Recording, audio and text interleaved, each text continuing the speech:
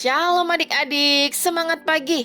Aku mau kenal Tuhan, aku mau cinta Tuhan melalui firman-Nya. Wah, di hari weekend ini, hari Sabtu ini, Loseika senang sekali kembali lagi bisa menemani adik-adik lagi di dalam merenungkan kebenaran firman Tuhan bersama-sama. Nah, di pagi hari ini, sebelum kita merenungkan firman Tuhan, mari kita berdoa. Tuhan Yesus, terima kasih untuk kesempatan yang Tuhan berikan bagi kami. Kami boleh bangun di pagi hari ini, kami boleh lagi melakukan aktivitas kami di sepanjang hari ini. Bahkan di pagi hari ini juga kami bersyukur karena Tuhan memberikan kami kesempatan lagi untuk merenungkan kebenaran firman-Mu. Kiranya Tuhan menolong setiap kami supaya kami boleh merenungkan firman dengan sungguh-sungguh dan melakukannya di dalam kehidupan kami sepanjang hari ini. Dalam nama Tuhan Yesus Kristus kami sudah berdoa. Amin. Nah, adik-adik, di pagi hari ini kita mau merenungkan kebenaran firman Tuhan di dalam kitab 2 Samuel pasalnya yang ke-16 ayat yang pertama sampai ayat yang keempat. Adik-adik bisa membaca di dalam Alkitabnya masing-masing atau dapat menyimak di dalam Alkitab audio pada pagi hari ini. Demikianlah firman Tuhan. Ketika Daud baru saja melewati puncak, datanglah Ziba, hamba Mefiboset, mendapatkan dia membawa sepasang keledai yang berpelana dengan muatan 200 ketul roti, 100 buah kue kismis, 100 buah-buahan musim panas, dan sebuyung anggur. Lalu bertanyalah raja kepada Ziba, "Apakah maksudmu dengan semuanya ini?"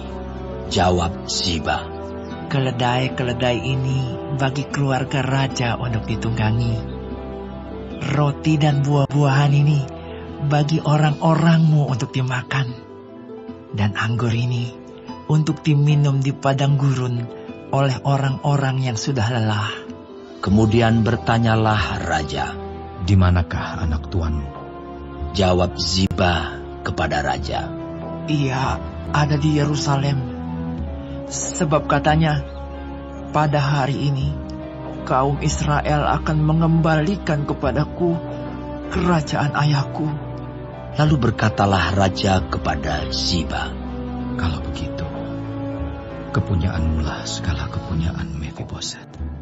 Kata Ziba, "Aku tunduk. Biarlah kiranya aku tetap mendapat kasih di matamu, ya tuanku raja." Nah, adik-adik, setelah Absalom pulang ke Yerusalem, ternyata ia memiliki keinginan untuk menjadi seorang raja. Oleh karena itu, ia memiliki rencana, ia menyusun rencana untuk menyingkirkan Raja Daud dan melantik dirinya sendiri untuk menjadi seorang raja, menggantikan Raja Daud. Nah, karena semakin banyak pengikut Absalom pada saat itu dan mereka juga semakin kuat, maka Raja Daud ini melarikan diri ke Yerusalem. Nah, ketika Raja Daud ini baru saja melewati puncak, datanglah Ziba. Ziba adalah budak atau hamba dari Mefiboset. Nah, adik-adik masih ingat ya, siapakah Mefiboset? Mefiboset adalah anak dari Yonatan, yaitu sahabat karib dari Raja Daud. Nah, pada waktu itu Ziba ini ternyata datang menemui Raja Daud dengan membawa sepasang keledai berpelana yang bermuatan 200 potong roti, 100 kue kismis, 100 buah-buahan, 1 kantong kulit berisi anggur yang hendak diberikan kepada Raja Daud untuk dijadikan perbekalan. Nah, ketika Raja Daud ini melihat apa yang dilakukan oleh Ziba ini, ia melihat bahwa ini adalah hal yang baik karena Ziba menolong membawakan perbekalan bagi Raja Daud pada saat ia sedang berada di dalam masa-masa pelarian. Nah, ternyata akan tetapi yang terjadi tidaklah demikian. Ziba datang kepada Daud ternyata dengan keinginan yang salah, ternyata dengan motivasi yang salah, yaitu ia sebenarnya hendak memiliki semua harta Mefiboset dengan cara ia memfitnah Mefiboset di hadapan Raja Daud. Jadi Ziba pada saat itu mencari keuntungan bagi dirinya sendiri.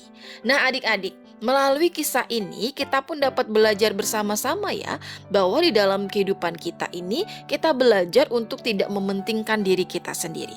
Ketika kita mau memiliki atau mempunyai nilai yang bagus, jangan sampai kita ini membohongi teman-teman kita ketika mereka bertanya tentang PR yang telah diberikan oleh guru-guru kita. Atau ketika kita ini mau menjadi seorang anak sekolah minggu yang rajin untuk menghafal ayat hafalan, mau jadi yang pertama supaya dilihat para losenya adalah anak yang rajin, sampai-sampai ketika teman kita ini bertanya tentang ayat hafalan yang akan dihafalkan pada hari Minggu, karena bisa jadi ia lupa atau tidak mencatatnya, kita tidak mau memberitahukan kepada mereka.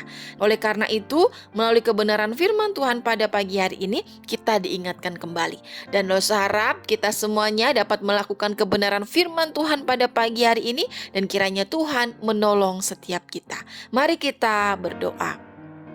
Tuhan Yesus, terima kasih untuk kebenaran firman-Mu pada pagi hari ini yang mengingatkan kami untuk tidak mencari keuntungan bagi diri kami sendiri. Kiranya Tuhan tolong supaya kami boleh melakukan kebenaran firman Tuhan di dalam kehidupan kami hari lepas hari, sehingga kami boleh bertumbuh menjadi anak-anak yang menjadi berkat bagi banyak orang. Kami juga berdoa menyerahkan untuk aktivitas kegiatan di sepanjang hari ini. Kiranya Tuhan menolong kami, kiranya Tuhan memberkati kami, sehingga melaluinya kehidupan kami pun boleh menjadi berkat bagi banyak orang. Dalam nama Tuhan Yesus Kristus kami sudah berdoa. Amin.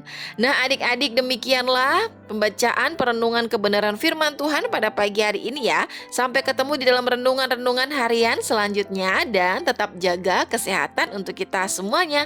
Bye-bye adik-adik.